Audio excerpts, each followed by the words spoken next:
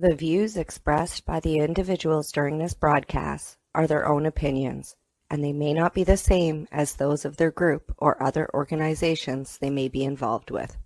All medical advice during our broadcast is not a medical opinion and should be checked with your medical physician.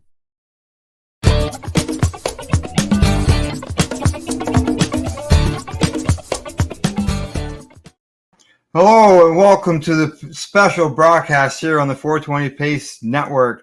As you can see, I'm joined today by my guest, Randy Rowe of the Grow Up Conference and Expo in Toronto.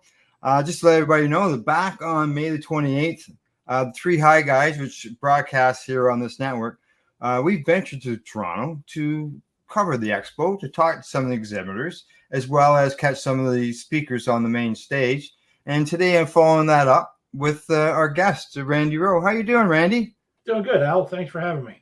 Yes, I'm glad and happy that you've been able to take this time to get together. We find out about the expo.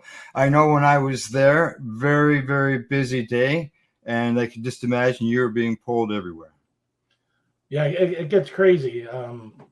The day starts off with good intentions of being able to get everything set up and then be able to do a meet and greet. But as the day progresses, time goes by so fast. And at the end of the day, you're like, well, what happened?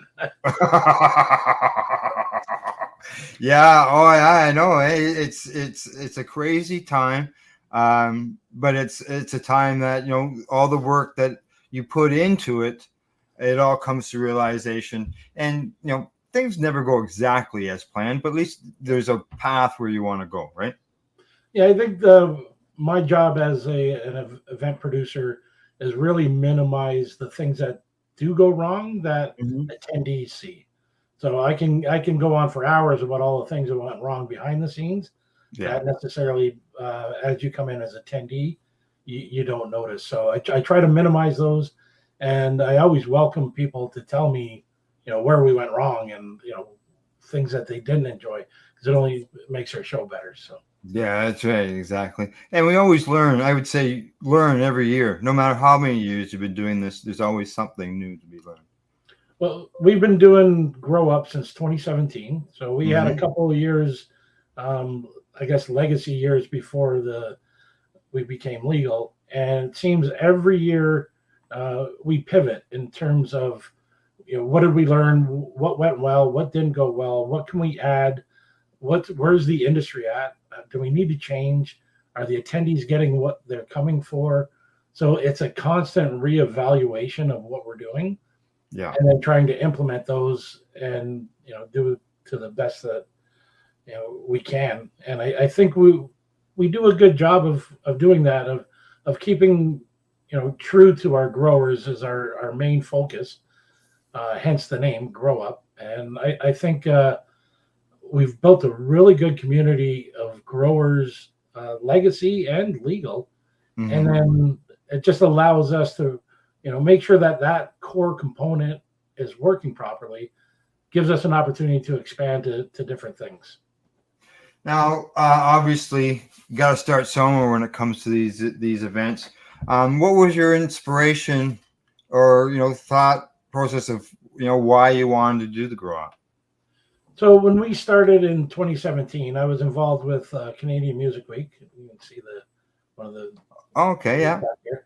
So I've been involved with them for 22 years, and they in 2017 decided to put together Old Cannabis, which I was a part of. Okay. And at that time, a lot of the cannabis conferences were really business oriented. They were in high profile cities, Toronto, Vancouver, San Francisco, California, a lot of the major cities, and there weren't really grassroots type of. Yeah, wasn't consumer or anything related. All corporate. Yeah, it was all. How do we get the money to build this?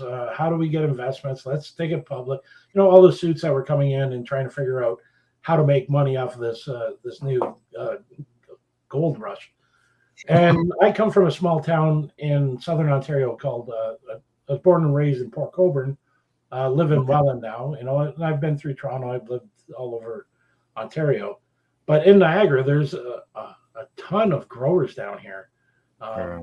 well, and at the time they're all legacy growers because it wasn't legal. But and I've talking to a lot of them, I got the impression that they didn't want to go to downtown Toronto or these large metropolitans to talk to growers.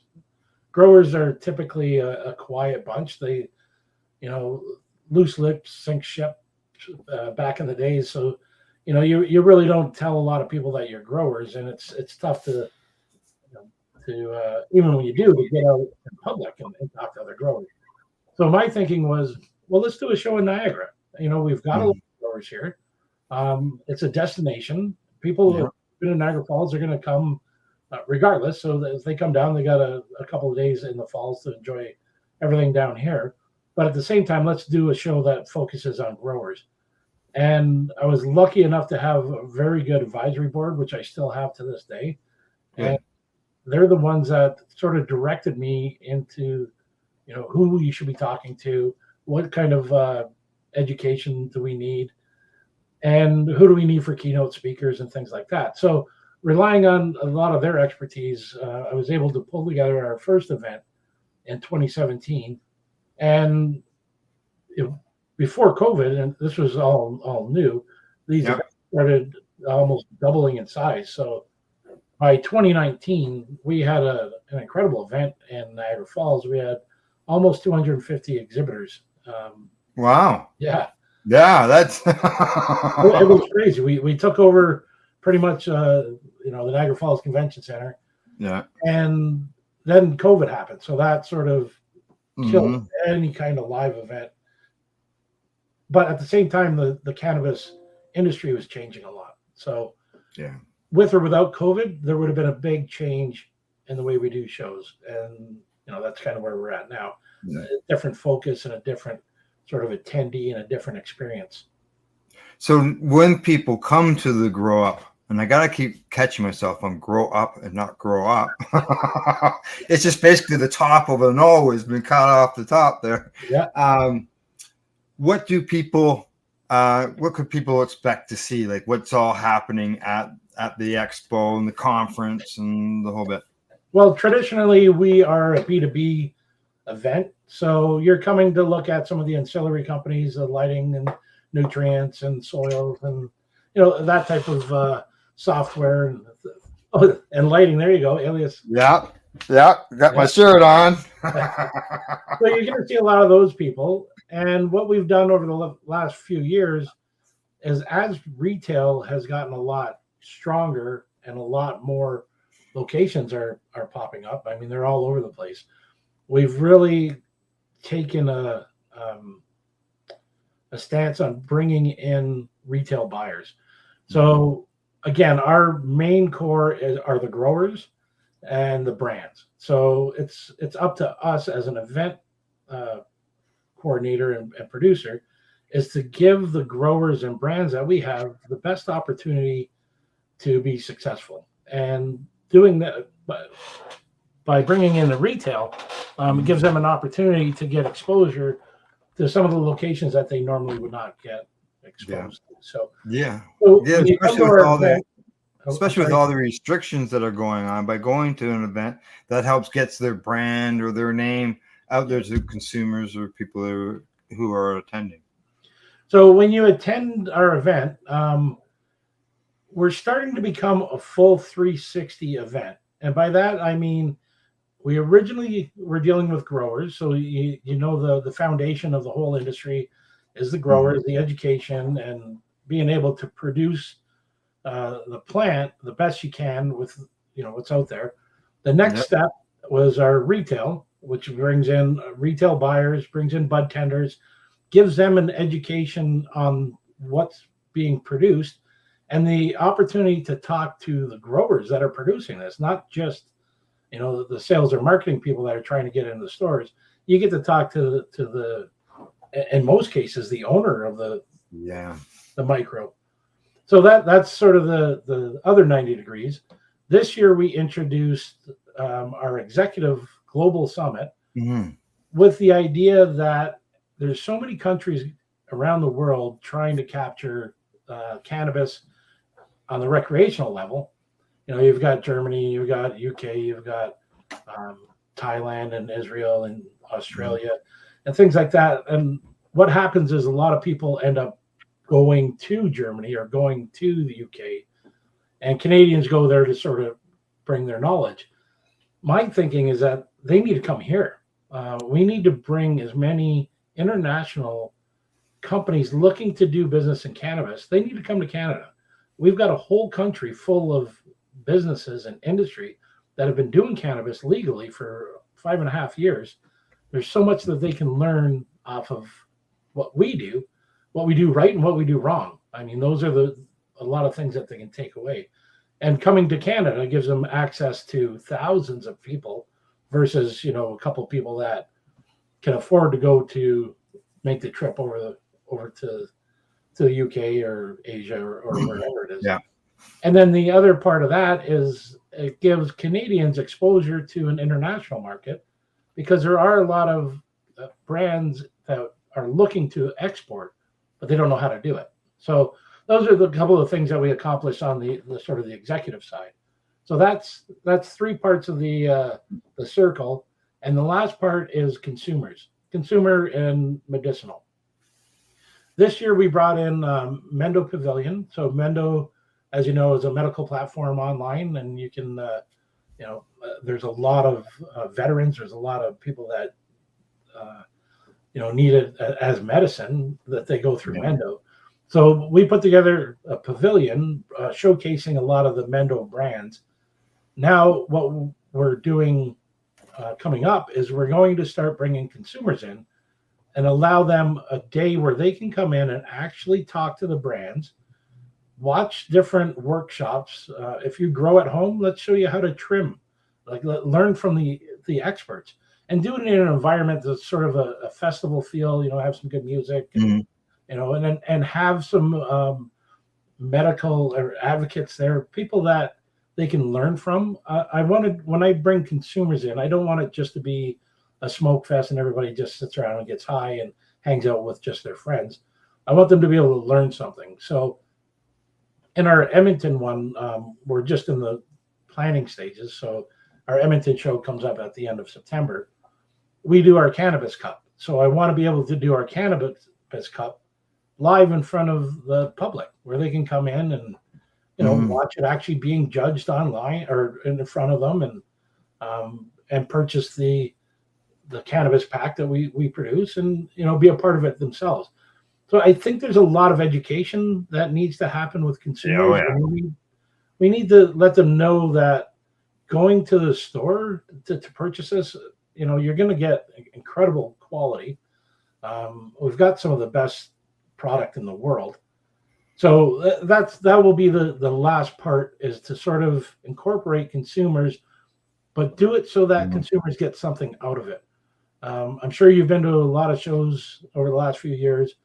They'll make a consumer day, and they just come in, they walk around, there's nothing there for them.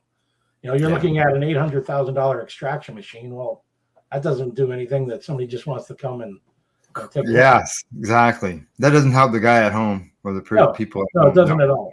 So my intent is to sort of separate that and keep it as its own sort of entity. Yeah. So we'll do it at the beginning of the event, which is a Sunday. So gives everybody an opportunity to get all the exhibitors who can get load in, but during that day, we'll be able to bring some value to consumers. Great, good. And, product like that they could carry away. Yeah. As well, to be able to sell, which would be handy for sure. Now, as far as the expo, we talk about it being in Toronto, but and you've had it in Niagara, I believe, as in the past. Where else is it held at? So in 2021, we did our 22, I think, one of those. We did our show in Niagara, and it ended up, it was kind of during that COVID phase. It just seemed like everything was diluted. There was too many shows in Ontario. You had them happening almost you could go to one every other week if you wanted. Yeah, I remember that. And none of them were really bringing value. What it was doing was thinning everybody out. So the delegates that were at my event and the exhibitors that were at my event in Niagara Falls weren't really getting full value because there's too many places to go and things like that. So during that point, I decided, I decided back in 2020 that I was going to go do a show in BC. We were going to do Victoria. So Victoria to me is the birthplace of cannabis in Canada and North America. You know, the BC bud and even psychedelics. And so we decided on 2020 we were going to go to Victoria. COVID came, pushed that back. So our first show was in 2022 on the island. And it was fantastic. I mean, we brought out some growers out to that show that, you know, they probably crawled out of a cave on the mountains and said, "Oh, we can show our faces." And it was really good because we brought that community together on the west side of Canada. And then we came back. We did a show in Niagara. That's what we did. And then after that, I thought, okay, it's starting to thin out too much. It's not of value to my attendees right now. I'm going to go where people need it right now, and that was Alberta. So Alberta has a ton of growers out there, and they've got, you know, the most retail companies out there and headquartered in Alberta. So we decided, okay, well, let's go to Edmonton. And again, with advice of my advisory board, you know, they led me down the right path and connected me with the right people. And we did our show in Edmonton in 2023, and it was fantastic. They had not had a show like ours in a long time. They had a hemp fest out there a long time ago, but they've never, you know, experienced a type of show that we put together. And and we're going back there this year in 4 months. So right now we do BC, Ontario, and Alberta, and we're looking to go back to BC in 2025. Nice. Now, are all the shows the same? I'm assuming like you would have different guests, or are they all the same speakers at all the shows, or each one has to be organized separately? Yeah, they're all different. Each region is unique in itself. When we do West Coast, my advisory board consists of strictly West Coast advisors because they're the ones that could give you the better lay of the land out there. And we bring in a lot of local speakers, a lot of experts. We will bring in some keynotes from, you know, around the world. We bring them in. It just, I guess it depends on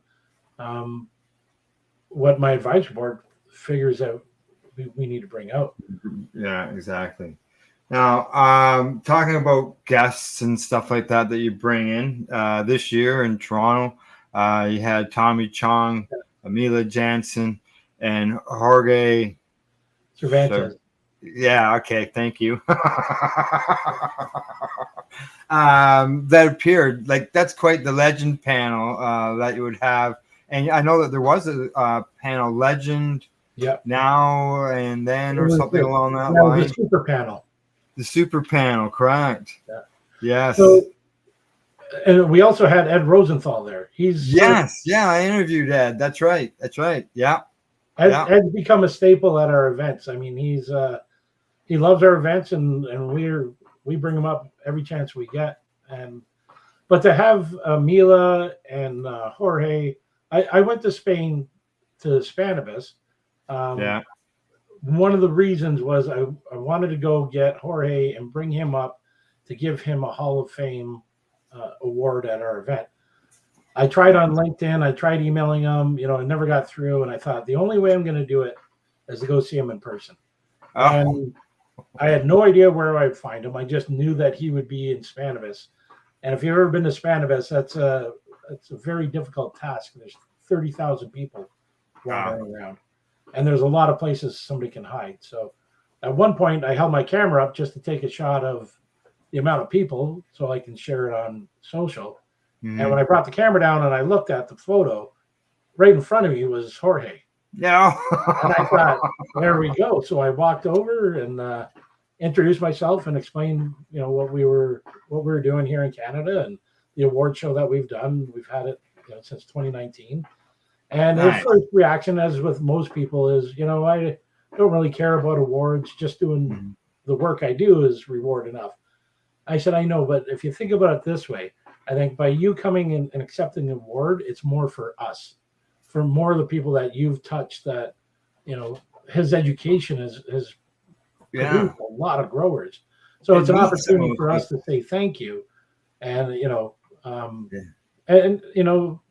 he came and I absolutely love having him here.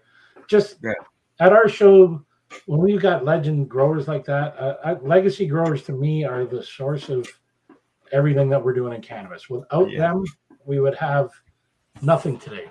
And some of the growers that are coming up, they don't have that living in fear of being incarcerated or having everything stolen from you, or dealing with the guerrilla growth too. Yeah, a lot of bad people. So to give them credit and pay homage to them, I think is something that we just need to do on a regular basis. And Mila Jensen, oh my God, she's so adorable. She's turning 80 years old, and every time I see her, I just want to give her a hug because she's just always happy, always smiling. She's done so much in her career in terms of bringing cannabis to the forefront and developing that pollinator to help produce hash. She's just an incredible woman, and I think everybody was blessed to have her at the event, to have access to her. And Tommy Chong, I mean, I don't know how much more you can say about him. He's a legend in the cannabis industry. He's not a grower like Ed and Jorge and Mila producing hash, but what he did for cannabis is, it's just extraordinary. And to know that he's still there and supporting cannabis, and he's accessible. He loves sitting out there. We did a VIP meet and greet where he sat in the consumption lounge, and he could have sat out there all day long.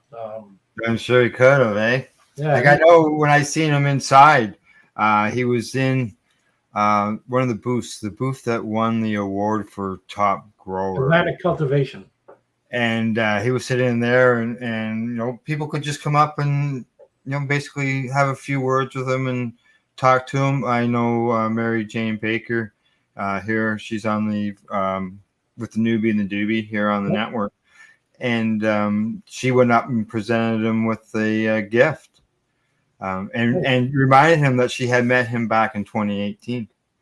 So it was just being able to do that, basically almost walking up to him to be able to talk to him instead of having a whole slew of security around him was good. It was, and the nice thing is, for those of us that are old enough to appreciate, when Up in Smoke came out and all of that, a lot of us had the old 8-tracks and cassettes. So for me, it's kind of a bucket list. I think some of the newer people that I've talked to, they don't even know. They would probably know him more likely as Leo on that 70s show. Yeah, really. As Cheech and Chong. But I think the reason that I get him involved is I think it's for us older guys that are just us, everybody in the end. Older. They watch the Up in Smokes and all that stuff. Correct. I used his movie, AKA Tommy Chong, as an educational movie. When I was doing documentaries, so it was nice to have. Also, I want to mention awards. As you mentioned, Jorge got a Legend award. I seen there at your website, you got 4 different categories, but you got like 33 different awards and hundreds of nominees. In 2023, we had almost 50 different award categories. So it was a little crazy. We brought that back down to 33. We had 291 finalists. We had 15,000 votes. It's we've been doing it since 2019, and it's a good opportunity to celebrate some of the best in the industry, and it's a good time to get together, even if you don't win or even if you're not nominated, just to get together and have that sort of the networking and the experience. Exactly. Just having a meal and talk to everybody, and come together as an industry really to celebrate.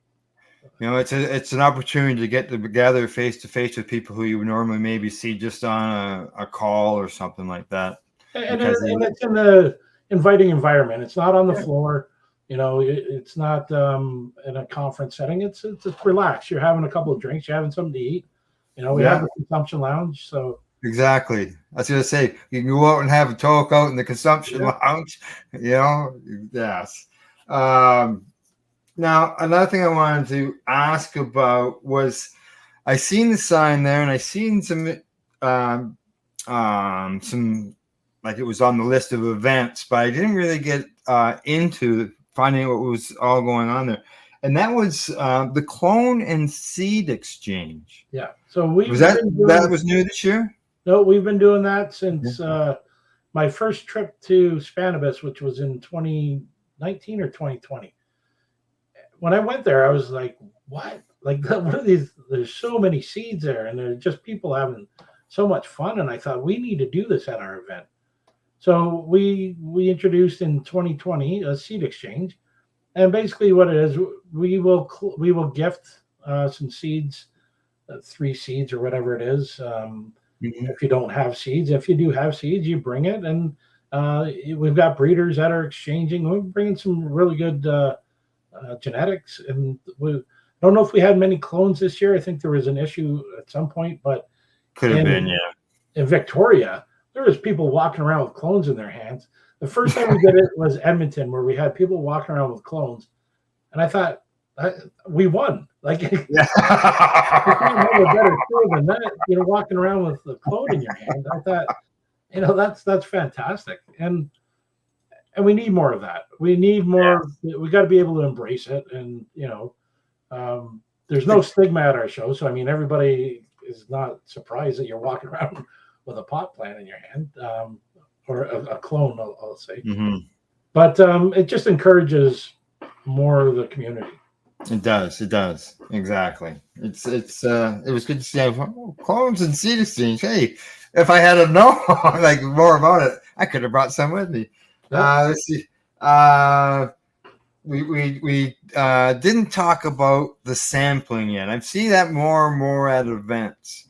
Some events seem to have different guidelines or rules around them.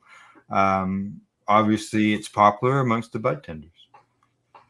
So the way that we approach the sampling is, the purpose is to get the product into the hands of the people that make the decision that have never seen your product before, or they've seen it and you've got a new line, or it's just to get it back in front of the retail buyers. So the first day of our event, we invite all the retail buyers. We've given them, 2-day passes to come to the event, to be a part of it. And we allow the LPs and the brands to hand out samples as they see fit to anybody that has a retail wristband on, or their can sell numbers on their badge. Now, what we do different than a lot of these other sampling events is, when they give a sample out, they would scan the attendee's badge. That way, number one, who you gave a sample to. Number two, if they weren't allowed to be sampling, they're not going to let you scan the badge because you're not allowed to. Right. And thirdly, it allows the brands to, after the event, follow up with all of the retail and say, we gave you a half gram pre-roll of this. I hope you had an opportunity to try it. What do you think? And, how do we get a couple boxes in your store? And it just opens that conversation up. It's not like, everybody went home with probably a ton of. I know. I've seen some of this stuff online. Yes, it is. To me, I don't think that's the. That's not the goal of what we do. Is correct. Whoever comes out with the most wins. It's more about that conversation. And here, this is what this does.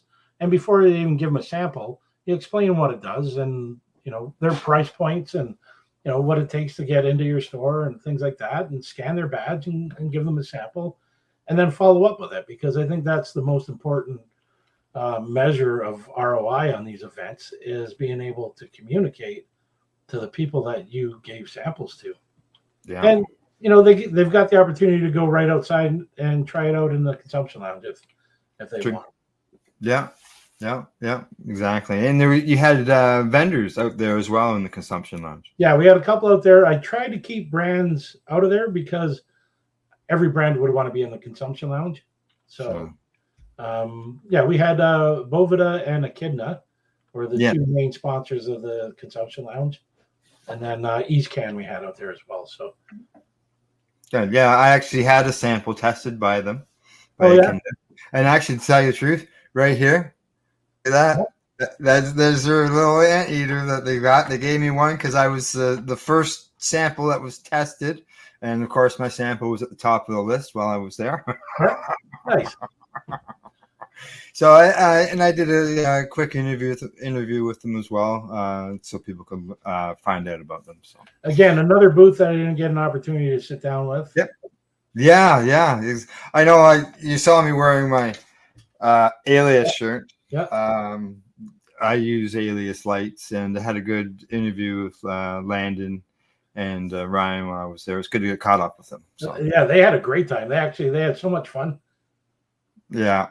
Well, we brought in, Steve LaBelle was one of our speakers on cannabis, and I think it was Landon Alias is huge fan of Steve LaBelle, so he was excited to be able to meet with him and talk to him in person. And yeah, exactly. And it's getting together. It's a spot where you don't get to do that in person stuff. So it's great. These events like yours allows that to happen. So.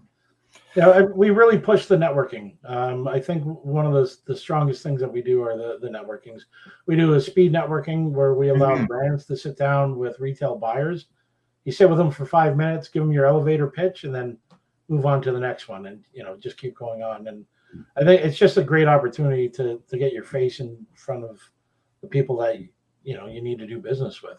Right, and you had separate rooms to allow those people to do that instead of doing it on the floor, where it can get loud at times, just because everybody talking, and then all of a sudden there could be an impromptu band that runs through the place. I got a lot of heat over that one. I've got a lot of kudos over that one. So I think, there's a conversation we had about that. I thought it was better, but when they went across where the speakers were, I think that kind of that was, and it's one of those things that you learn as you go along, right? But I know for myself, when I was doing interviews and they came along, I zoomed in on them so that people could see the band going by, or I just scanned on the products within the booth until they went by, and then continued the interview with them. I think it added to it. Next time we won't do it going across the front of stage. And it was